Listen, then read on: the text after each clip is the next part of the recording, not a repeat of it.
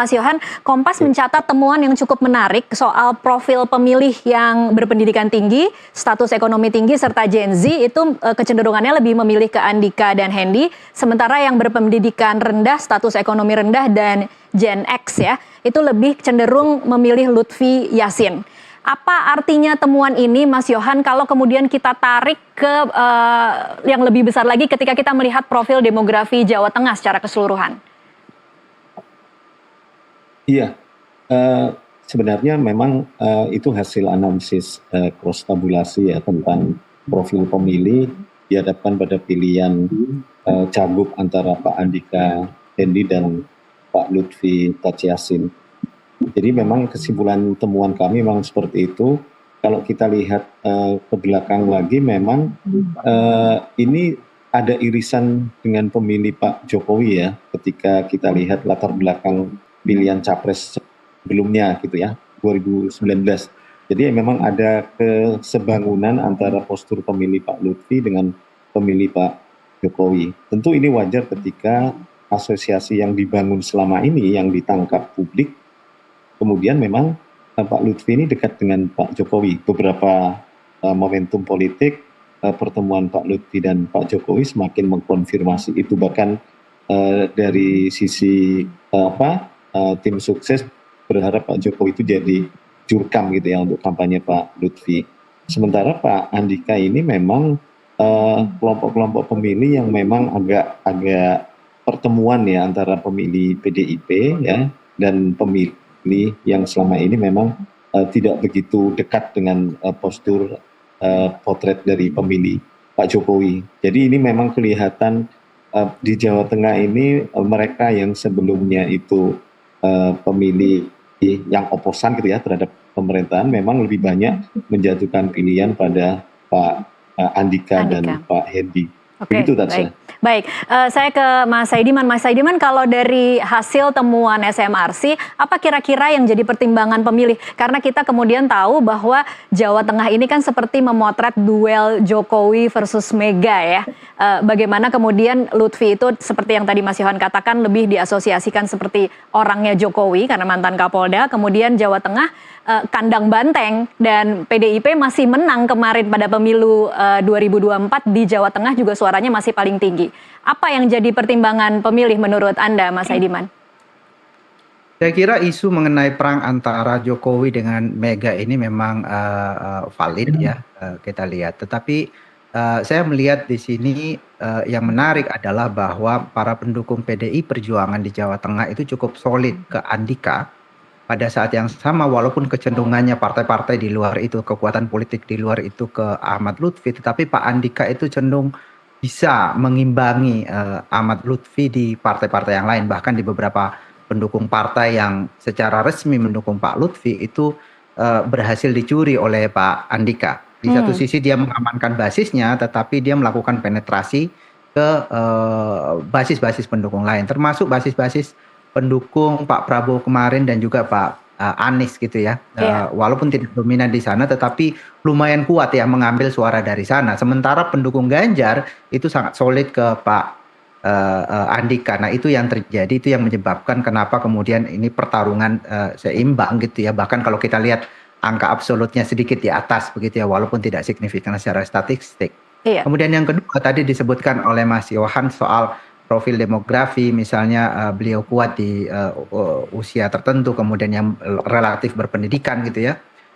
Ini saya kira konsisten dengan yang kami juga temukan. Pak Andika ini sekarang ini lumayan kuat di daerah perkotaan, di mereka yang terdidik relatif lebih muda gitu ya.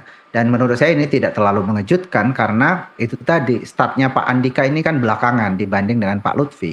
Sehingga Pak Lutfi ini karena dari awal itu kemudian cenderung lebih kuat di wilayah pedesaan, wilayah dengan penduduk yang berpendapatan relatif rendah atau pendidikan relatif rendah. Itu terjadi karena memang dari awal sudah masuk. Sementara Pak Andika ini masih fenomena perkotaan, masih didukung oleh medsos, internet. Kita juga menemukan di dalam survei kami bahwa masyarakat Jawa Tengah ini menganggap bahwa internet dan media sosial itu adalah alat sosialisasi yang paling efektif untuk mengubah pilihan mereka. Dan ternyata kita temukan di dalam sebulan terakhir ada peningkatan yang cukup tajam exposure Pak Andika di internet dan media sosial ya. Saya kira Baik. ini juga yang menyebabkan kenapa kemudian terjadi lonjakan suara dalam sebulan terakhir pada Pak Andika. Baik, saya ingin bicara lebih spesifik lagi soal Jokowi efek ya. Ini sudah 2024 tapi kita masih bicara Jokowi efek juga nih karena apa kira-kira pengaruh pertemuan Prabowo dan Jokowi kemarin dan juga pertemuan antara Jokowi dengan paslon Lutfi Yassin kemarin. Apakah itu kemudian akan ada pengaruhnya terhadap pemilih yang mungkin masih belum bisa menentukan pilihan, Mas Saidiman? Ya mungkin saja ya, tetapi dalam studi kami sebenarnya pemilih itu relatif sangat independen di dalam menentukan pilihan.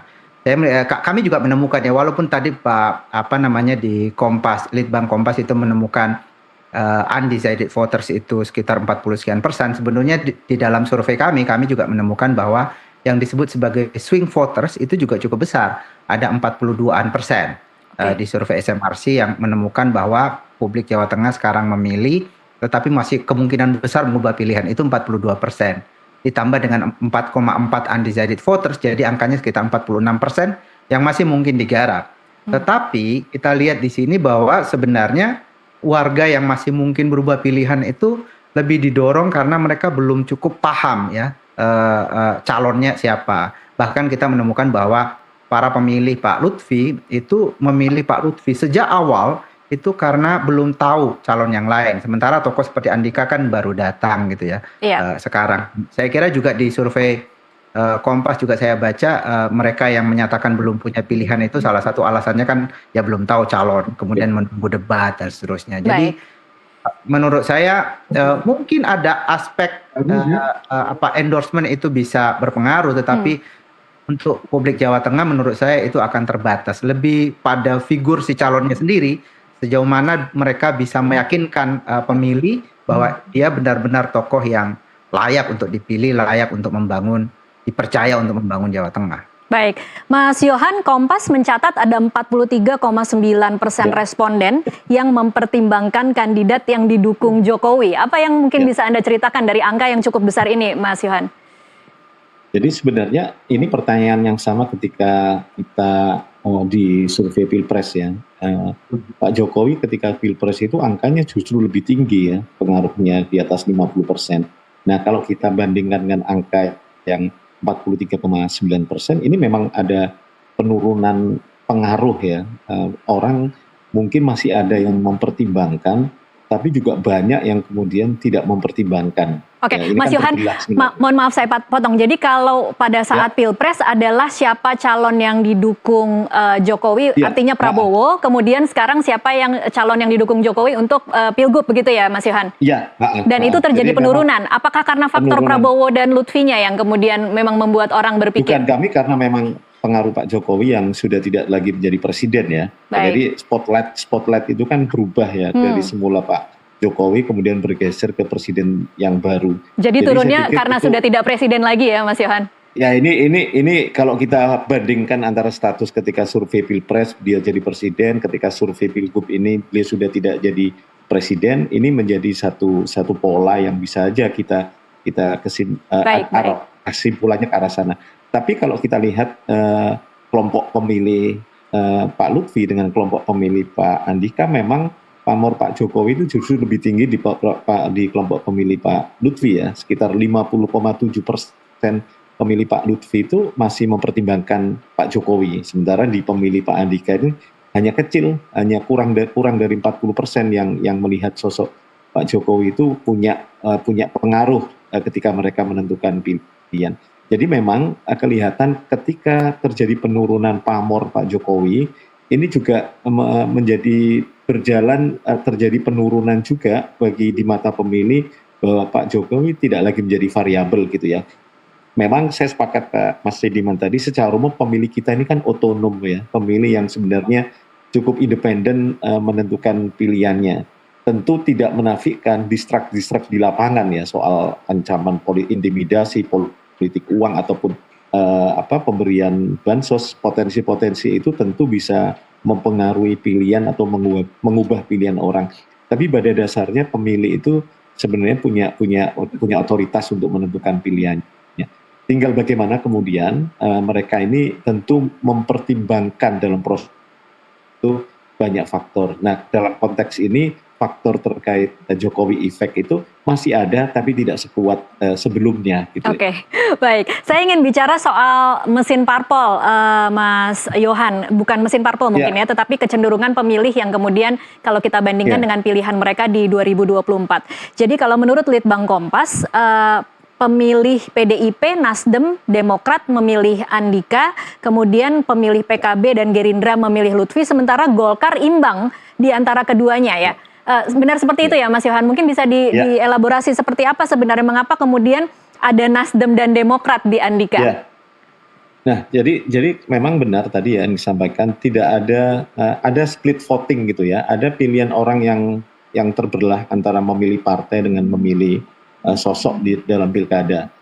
Tapi kalau kita lihat kenapa PDIP begitu utuh, sebagian besar kelompok pemilih PDIP memang mengarahkan ke Pak Andika ya. Ini pola yang sama ketika di Pilpres kemarin dalam kelompok pemilih PDIP itu mayoritas memilih Pak Ganjar. Jadi kalau kita diskusikan soal bagaimana bekerjanya mesin partai, PDIP dalam konteks Pilkada Jawa Tengah relatif cukup efektif bekerja mesin politiknya gitu ya. Itu yang pertama. Yang kedua, padahal jadi memang ada kombinasi antara sosok Pak Andika Hendi sama kekuatan infrastruktur partai PDIP di Jawa Tengah. Karena pola itu tidak ditemukan di partai-partai yang lain, begitu dari 100% pemilih partai di dalam masing-masing kelompok partai itu, PDIP yang kelihatan menonjol memang mengarahkan ke Pak Andika. Sementara partai-partai yang lain cenderung menyebar gitu ya, meskipun ada beberapa partai yang cenderung lebih menonjol, tapi kelihatan memang yang paling